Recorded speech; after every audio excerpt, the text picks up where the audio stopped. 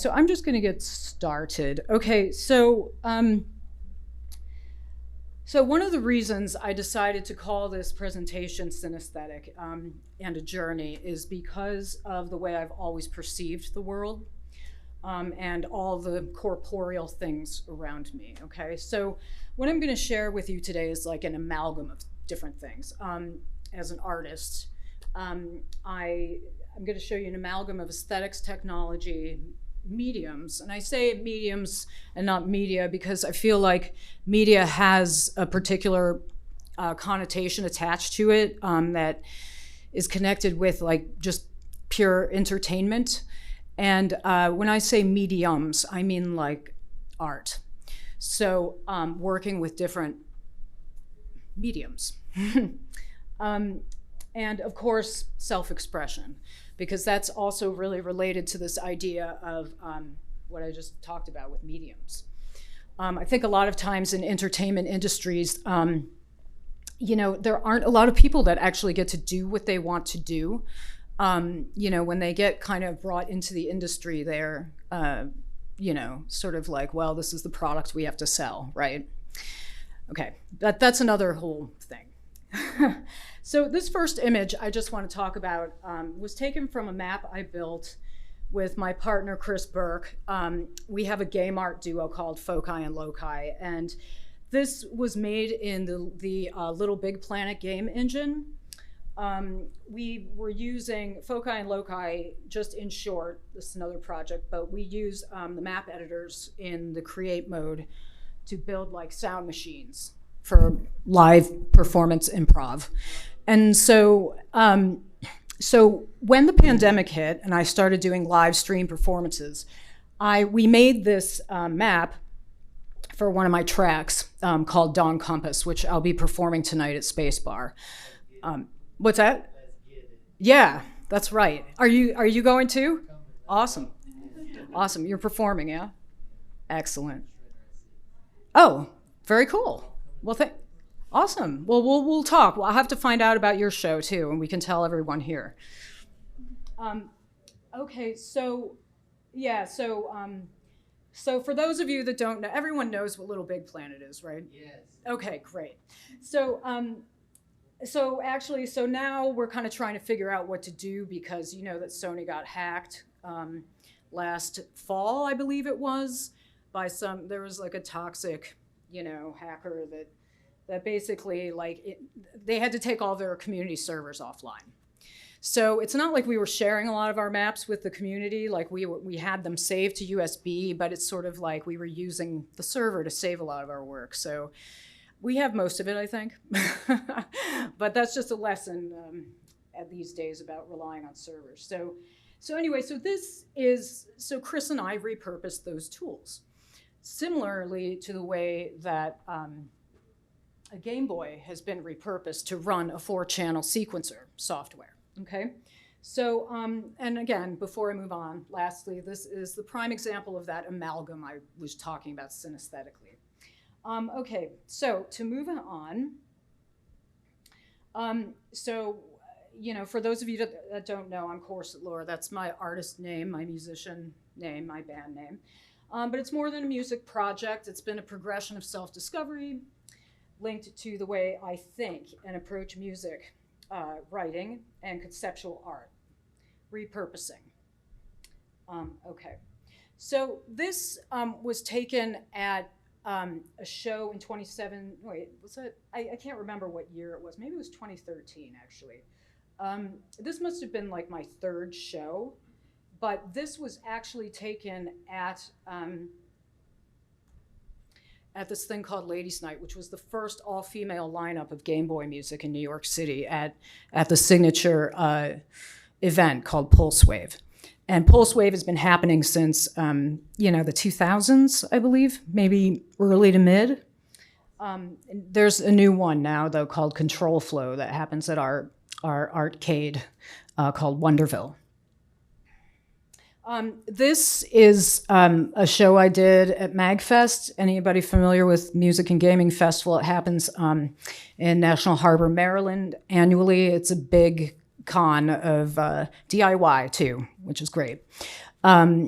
run by the, the fans and powered, it's very similar to Treefort, but for music and games exclusively. So I played a set here in 2016. I wanted to show you this. This might be kind of low res, but this is a really great artist by the name of Pixie Druid who made this, and she's like also a great community member. Okay, so I need to just give you, before I jump into the Game Boy stuff, I need to give you a little bit of the background, okay? So I started out as like this, conceptual video artist who did like these sort of music concrete pieces using like the sound from videos to recompose into a composition. And so I was already like really into this like conceptual mode of making music, right? And visual art. I'm gonna move ahead. If I have time, I'll show you some clips from this. But I have, this is basically like I was using performance and moving to make these sounds. And so in this one, I'm kind of like waving a belt around and doing all this stuff. And this one was my feedback experiment, where I was basically rolling around on the floor with a microphone, making feedback. So maybe I should show you some of this stuff. You guys want to see it now? Okay. All right. Okay, I'm gonna try to, okay, so real quick, I'm just gonna like on and off these things. Okay, so let me just open it in Player. Okay, so full screen. You guys are so nice. Okay, so now that I'm nervous, I can't make this. Okay, I'm just gonna do this. Is that okay with you guys? Okay. All right, anything I want. Thanks. So there's supposed to be sound here. Oh, okay, yeah, if you guys can turn it up back there at all. Maybe it's me.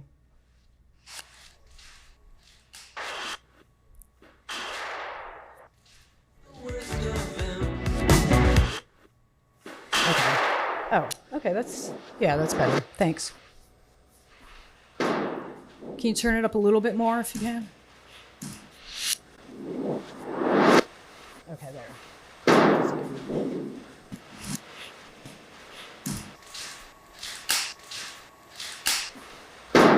Yeah, so this is just an example. This is called 4/4 because of the time signature, and there are four different directions, and it spins around just like what's happening in the video. So. Okay, so that was a very old piece. So there was that one, and then I'll just show you, we don't have to watch the whole part of, oh God, this one is really small, but it's kind of cool because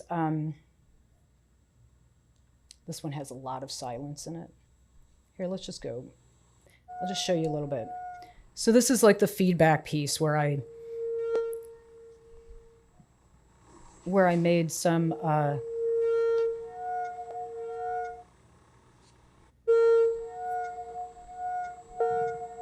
yeah, where I used actually the recording to make the background for this, and then I cut it, but.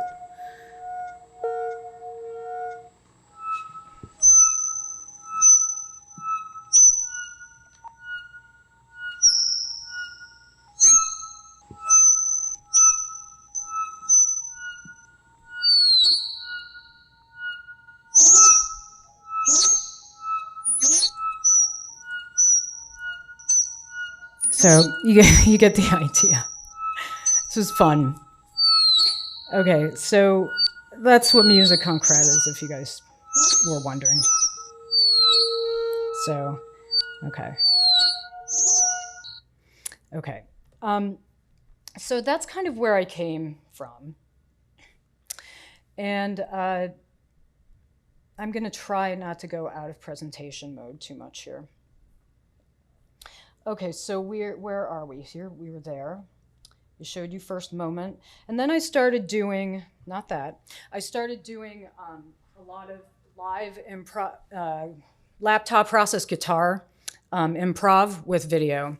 in just a lot of clubs in New York, you know, really downtown scene, free improv, totally no rules, nothing. And that was really cool, actually. Did a lot of collaboration. So, so why did I start making Game Boy music? So in about 2004, I was on my way to this artist residency in Florida at the Atlantic Center for the Arts, and which is where I made First Moment, the feedback rolling around on the floor piece. And I came across this article in Art Forum, and because I was an artist, I was really big into reading Art Forum. And there was this piece by this artist and writer by the name of Teresa Duncan, who was a very early 90s feminist CD-ROM game maker. She made some, you know, the earliest games for girls, basically CD-ROM, like indie, okay? And she had written this article on Game Boy music and focusing on kind of its connections, like what is this thing? It's a conceptual repurposing of a tool, but it's kind of like punk rock, you know, like do it yourself, you know, completely like you've got to, do it yourself, community oriented, let's help each other out. And because of the very raw aesthetic of this machine over there, it just made so much sense. Also the limited idea of the software architecture, it's 4 channels, that's it. And so the limitations of that, you know, she's like, this is really super punk rock. And like Malcolm McLaren, the punk impresario who used to manage the Sex Pistols, he actually, the reason this is important is because he was like, wait, what is this going on? So he knew some musicians in Chicago that were making chip music and playing acoustic guitar with him. And then he came to New York and he met a lot of the New York guys and women. There weren't that many, of course, at that point, but it's growing. So I was really super intrigued. So I watched a lot of YouTube videos. And then I started going to this festival called Blip Festival in New York City, which was basically an international event. Like they were able to get funding and bring everybody from around the world to unite as a community and play music. So 3-day festival. So, as I got involved in this and I started making music as Corset Lore, this is like one of my best like glitch screens from, you know, just, I don't know, messing with a battery compartment on the back or something. Totally accidental, of course. But I started doing that and I started speaking at the Hackers on Planet Earth conference. And what I discovered about when I was doing that was that I discovered that Richard Stallman himself had a very deep love for John Cage. Do you guys know who John Cage is? Okay, excellent. So most of you know, the short of it is, well, I'll tell you in a second. So Richard was like, this is what hacking is. It's playfully doing something, you know, useful or not. And, you know, it's not necessarily about, you know, cracking security and that kind of stuff, but it's about creativity, okay? And you guys know who Richard Stallman is, the leader of the free software movement. So activities that display playful cleverness have hack value. So I went to go read his article on his website, which I highly recommend. If you need that link, I'll happily give it to you afterwards. But he talks about this chopstick exercise that he developed, you know, where he was at this restaurant in Koreatown and they put down 3 pairs of chopsticks, right, for 3 people. And he said, well, I'd like to imagine that, you know, all 6 of those chopsticks were for one person. So I'm going to try and use all 6 of them with one hand. So on that note, I was like, okay, this is really cool. You know, I had no idea that the philosophy, you know, behind a lot of the movement is based in this at that time, that is. And so Richard Stallman mentions 2 artists mainly in his article on hacking. He mentions John Cage, okay, the conceptual modernist composer from the 50s, right? And also Guillaume Machaut, who was a 15th century composer who invented polyphony, basically, what we know of now as modern polyphony, where you have several lines of music playing at the same time, like counterpoint and that kind of stuff. Okay, so this was John Cage's work. This was the score. And does anybody, those of you guys who know music, yeah. I could perform this. Yes, we could, yes, yeah. I mean, we could all sit here and perform it.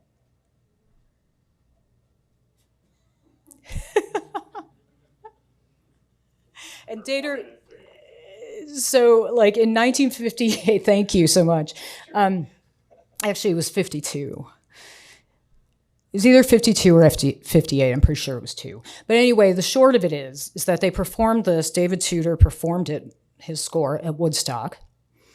And people were appalled. They were just like, oh my God, I can't believe this. I can't believe he's going for it.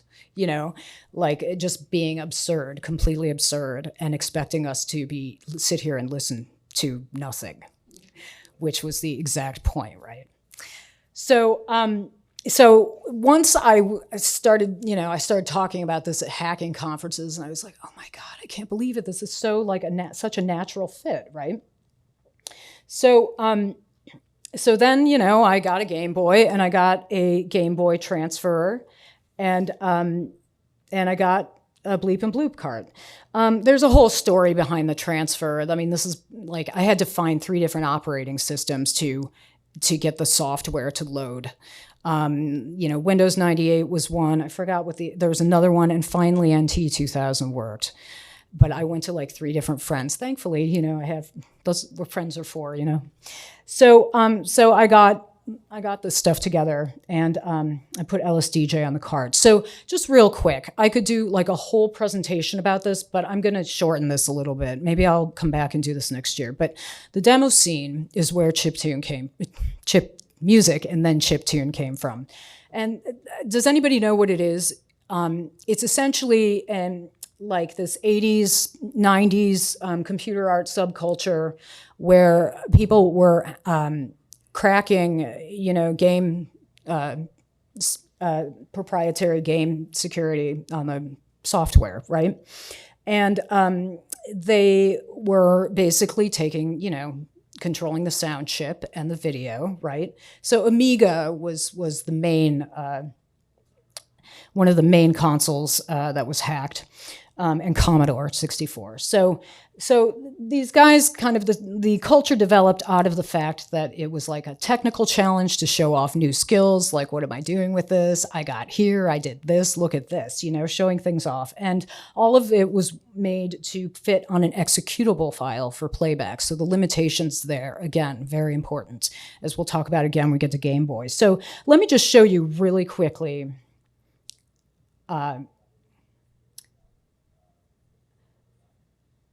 would you guys rather see a little documentary clip on it, or would you rather see a demo that someone made? Okay, let's do that.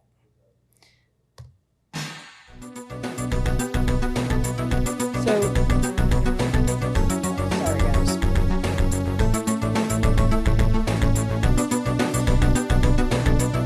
So this is a group called Red Sector. These guys are American, actually, from 1988.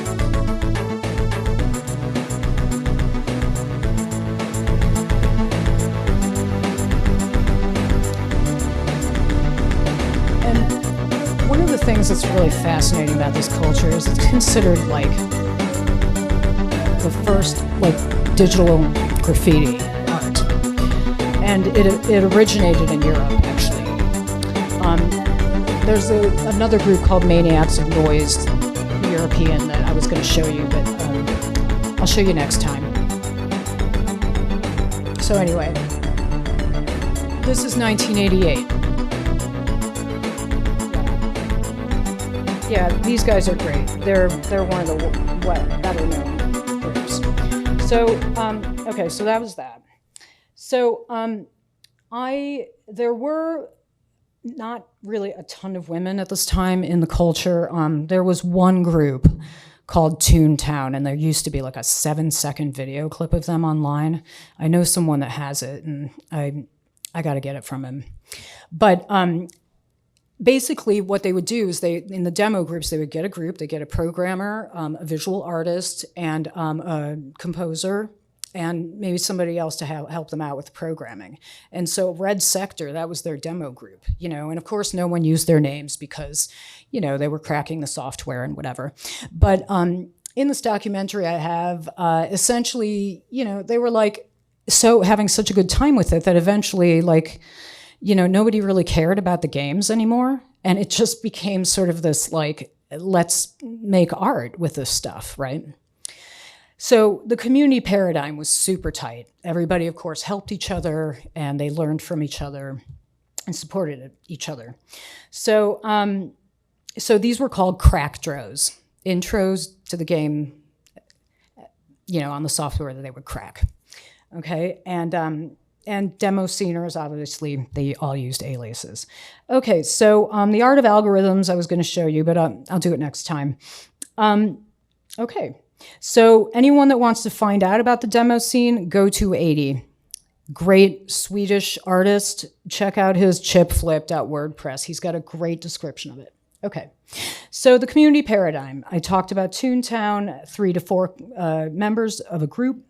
Raquel Myers, Petsky artist, made the album artwork of my last release, Graces and Furies, on 8-Bit Peoples, and she basically coded it with the Commodore 64, okay, like using Petsky, which is the programming language.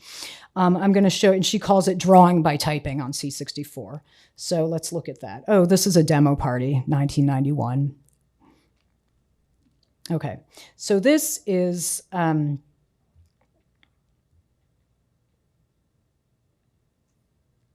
this is the artwork she made for me. And like I said, it's all coded with Petsky, which is just unbelievable, moving, the cursor around to make all this really detailed work. So she's awesome. And she made my t-shirts too. So I'll have some of those tonight if you guys are interested in just even seeing them or buying them. So here we are. Okay, so now we're at chiptune. Okay, so I got to look at my notes for this. Weird, huh? I had a, okay, so I just want to be reminded where we are. And I know I'm keeping an eye on the time. We will have time for Q&A, I promise. I have 20 minutes, right? Okay. Okay, so... there's a big sort of, it's known as chiptunes now, but it really started as chip music. And there are a lot of varying opinions about why we call it chiptune, or why it became chiptune. And this involved, naturally there were other people than musicians attracted to this, okay? So there were gamers and other practitioners of video game music, mostly doing video game covers, who really wanted to get into this. And so there was like a certain style that we like refer to as chippy, that it's not really like a term of art, but in the scene it is. And it's obviously not meant negatively at all. It's just, we'd say, oh, that's really chippy, And then so like out of that eventually, in part, chiptune came, but there's also, people who were experimenting with combining things too, okay? So then there was like a community joke that emerged. Is this chiptune, right? And like everyone says that all the time now, but is it chiptune? Because people, are like, for example, somebody would take chip sounds and combine them with a tuba. Somebody would make gospel rock with chiptune, like all kinds of experimentation, right? And so people, is it chiptune? I don't know, so it sort of just became this kind of comforting joke for everyone. And as it became more solidified as a genre, okay, because it didn't start out that way, it was a technique first, okay, like electronic musicians would use the Game Boy to make, like drum and bass, or participate in certain genres of music, right? Drum and bass was a big one because people were doing this in the early 2000s, around that period when it started. But basically, I'll get to that in a second. So the point of all this and this talk is I wanted to mention this idea of limitations and being neurodivergent in the sense of having different ways to solve problems, right? Like idiosyncratic work methods, and those absolutely lend themselves to the Game Boy really well because there's only so much you can do with it, right? So you really have to find your own in it. So thinking about the Game Boy in the context of hacking, where rules are, loosened, redefined more openly, and algorithmically or idiosyncratically taken apart. So as if to say, there's not one way of making this kind of music, okay? So that's also where the what is chiptune joke comes from, I think. This was really helpful because for people who think, outside of prescribed, social constructs, like even making music in a certain way, like Western temperament style and what, for example, it really kind of mitigates the pressure to perform and execute things in a proper way. There certainly are people that would take the 4-channel system and go, okay, noise channel is drums, pulse channels are melodies, wave channel is for bass, and that's a helpful, starting point. And I've used those too, but I also like to mix up the roles of the different channels. Like, hey, this is playing bass, and then it's supporting the melody, this way, and it's also providing a kick. So the limitations idea, it really, really forces you to be creative. So the music can't help but reflect the voice of the user. So sometimes you get some strange results, okay? If you come to my show tonight, you will hear some of it.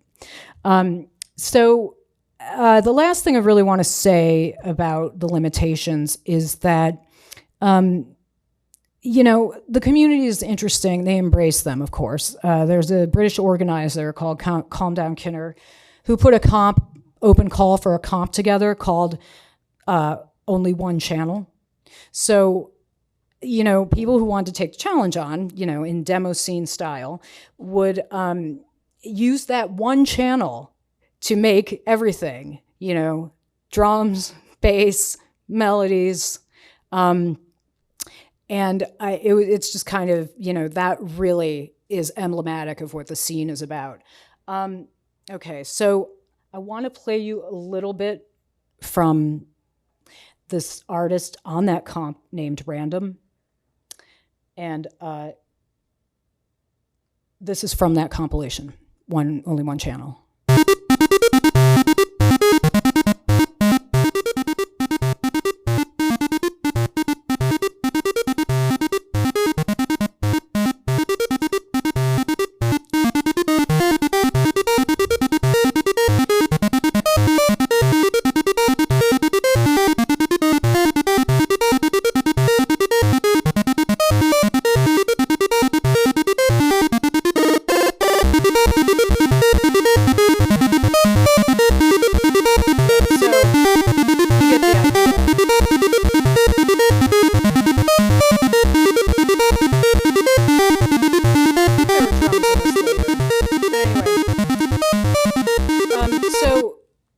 I'll just leave it at that.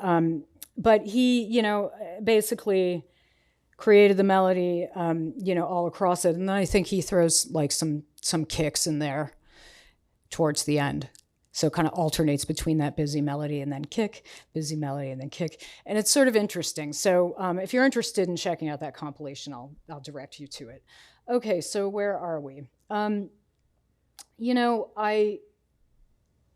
It was so hard to write this. This is the compilation, by the way, because I could just talk about this for hours. So I am kind of running past my time soon. But so accessibility. So this is why Yellow Magic Orchestra is super important, which I'm sure a lot of you guys know, right? So huge influence, of course, but not even because of employing game sound, but because of electro, and pop music. They were basically the first band who took game sounds and incorporated it into pop music, a pop music context.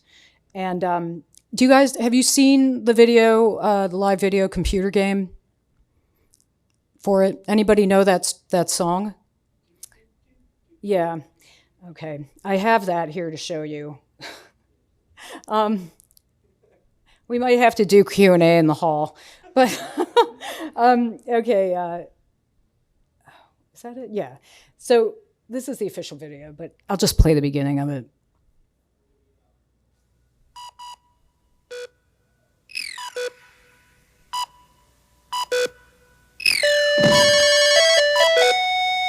So you guys probably recognize where these sounds are from. Certainly do.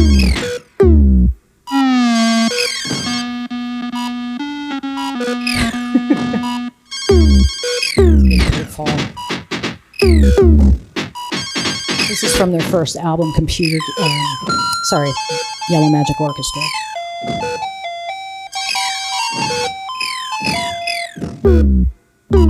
Just waiting for the drums to kick in, just to make the point.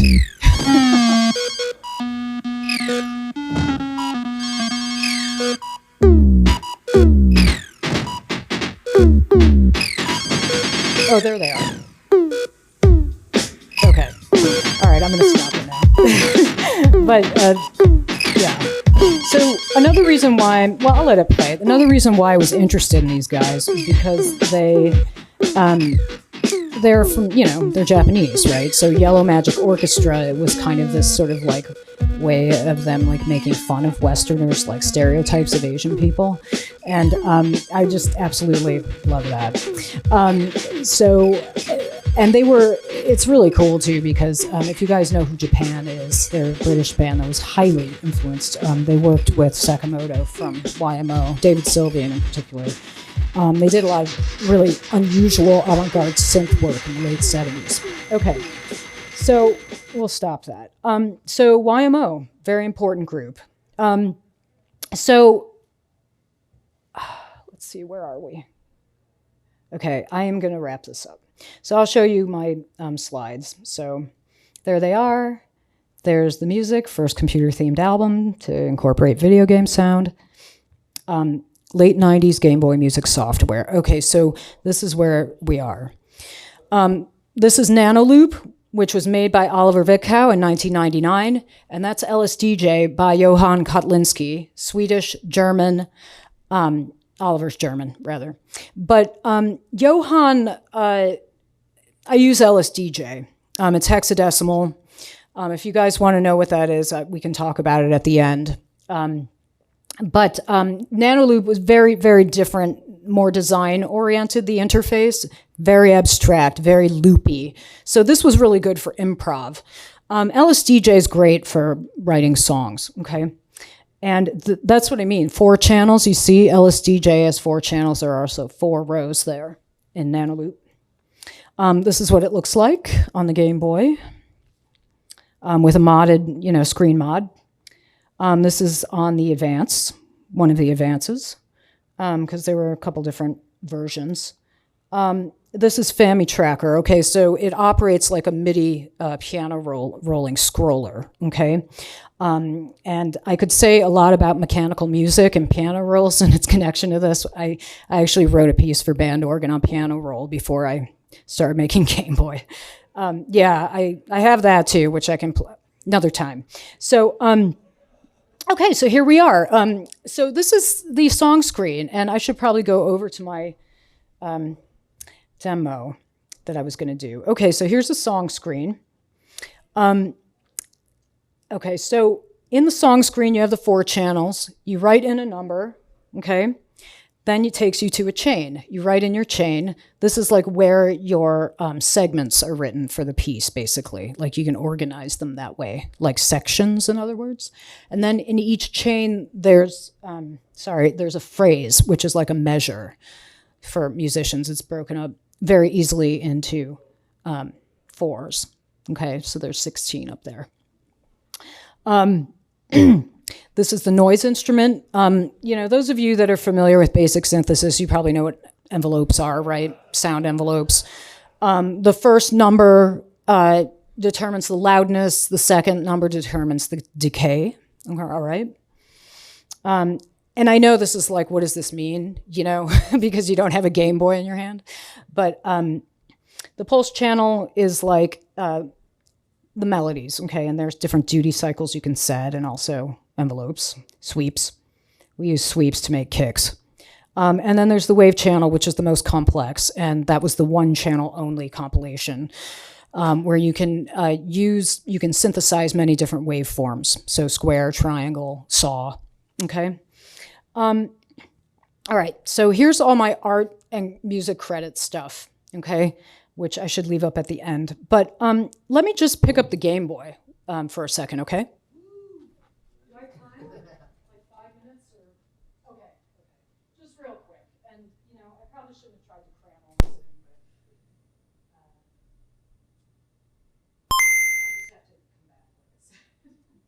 Okay, so I'm going to make a chain, okay, in the fourth channel here, okay? And, oh, thanks. Thank you, Mike. I'm going to make a chain in the fourth channel here, okay? And so I go in, I double click, and then I go right on the D-pad into the chain. This would really be a good workshop idea, I think.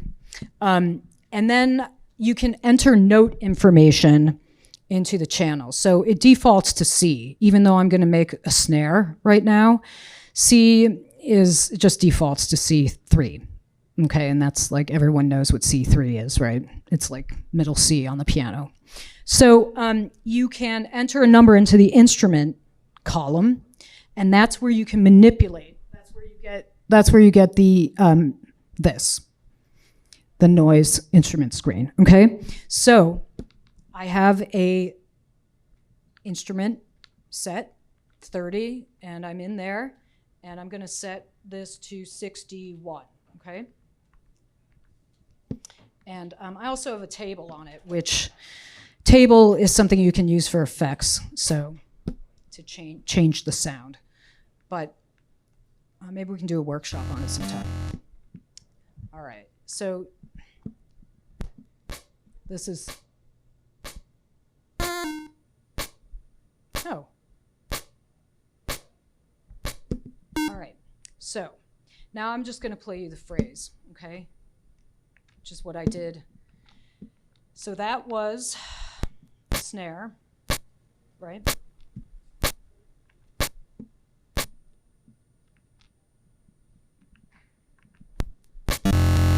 This is the wave channel, okay? So this is like what I was saying people would use for bass mostly. So I have one line here, so it'll just keep repeating. There's a live mode on this too, so you can improvise. But let's see if I have a kick in there. Nope.